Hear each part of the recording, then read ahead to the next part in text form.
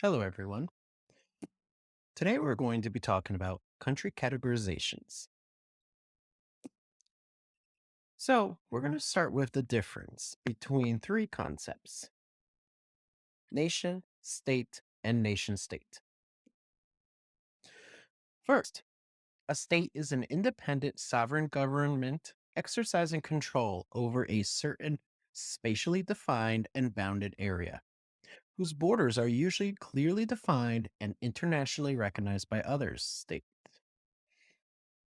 States are tied to territory, have clear borders, defends and controls its territory within those borders, is recognized by other countries through diplomatic recognition, passports, treaties, and other concepts. States have bureaucracies staffed by states' own personnel. So these states have a national bureaucracy staffed by government personnel, a legal system, an educational system, a hierarchical government units, and others. States monopolize certain functions within its territory and are sovereign. They control the legitimate use of force within its territory. Next, you have a nation. A nation is a group of people who see themselves as a cohesive and coherent unit based on shared cultural or historical criteria. Nations are socially constructed units, not given by nature. Their existence, definition, and members can change dramatically based on circumstances. Nations, in some ways, can be thought of as imagined communities that are bound together by notions of unity that can pivot around religion, ethnic identity, language, cultural practice, and so forth. The concept and practice of nation work to establish who belongs and who doesn't. So, who's an insider and who's an outsider.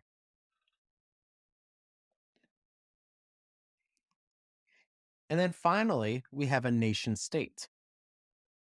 A nation state is the idea of a homogeneous nation governed by its own sovereign state, where each state contains one nation. This idea is almost never achieved. There are very few nation states in the world. So, what types of government are there? Well, we're going to take a look at all the different types of government now. First, we have democracy. This is a system of government by the whole population or all the eligible members of a state, typically through elected representatives. There are two types of democracy: direct democracy, where people vote on laws and rules, and representative democracy, where people vote for elected representatives who vote for laws and rules. Direct democracies are very rare. Next, we have the absolute monarchy. This is a form of monarchy in which a monarch, a king, or a queen holds supreme autocratic authority and principally not being restricted by written laws, legislature, or customs. In an absolute monarchy, the king does whatever the king wants.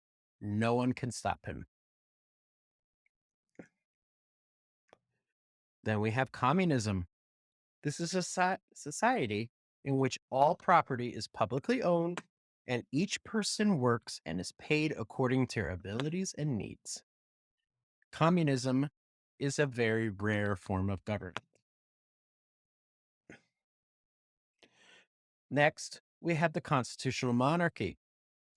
This is a form of government in which a non elected monarch functions as the head of state within the limits of a constitution.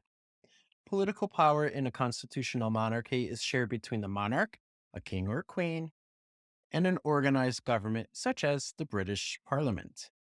And here we have a picture of the former Queen Elizabeth II, who was just in the news last week. Then we have an autocracy. An autocracy is the system of government by one person with absolute power. Autocracies can be the same as absolute monarchs.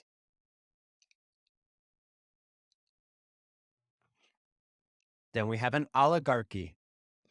An oligarchy is a form of power structure in which power rests with a small number of people.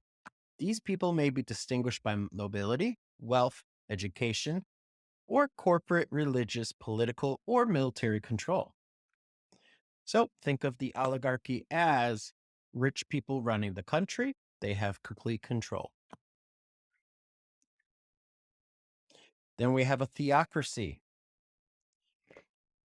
This is a form of government in which God or a deity of some type is recognized as the supreme ruling authority, giving divine guidance to human intermediaries that manage the day to day affairs of the government.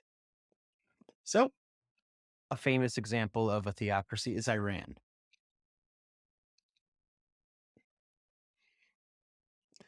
So, now we talk about what are the different economic systems. So, we have different types of systems. We have capitalism, which is an economic system based on the private ownership of the means of production and their operation for profit. Characteristics central to capitalism include private property, capital accumulation, wage labor, voluntary exchange, and a price system and competitive markets. There are two types of capitalism. There's free market, laissez faire, a system where the government does not have any rules for how businesses are run. The belief is that the market will create its own rules as the public reacts to how businesses are run. Then you have a regulated market. This is a system where the government does have rules for how businesses are run. The belief here is that the market will not create its own rules to protect consumers and employees. So the government must step in and provide regulations. And then the other type of economy is a Marxist economy. So we call it Marxism. Karl Marx wrote that the power relationships between capitalists and workers are inherently exploitative and would inevitably create class conflict. He believed that this conflict would ultimately lead to a revolution in which the working class would overthrow the capitalist class and seize control of the economy. There are two types of Marxist economies. The first is communism. You might recognize this from the last slide where we talked about communism as a type of government. Well, communism is also a type of economy. So, under communism, a system where the people control the means of production, money, and government has been abolished. The belief is that people are naturally altruistic and would provide to everyone what they need and give what they can produce. So, this believes that people are good and they will help other people. No one will be selfish and everyone would thrive.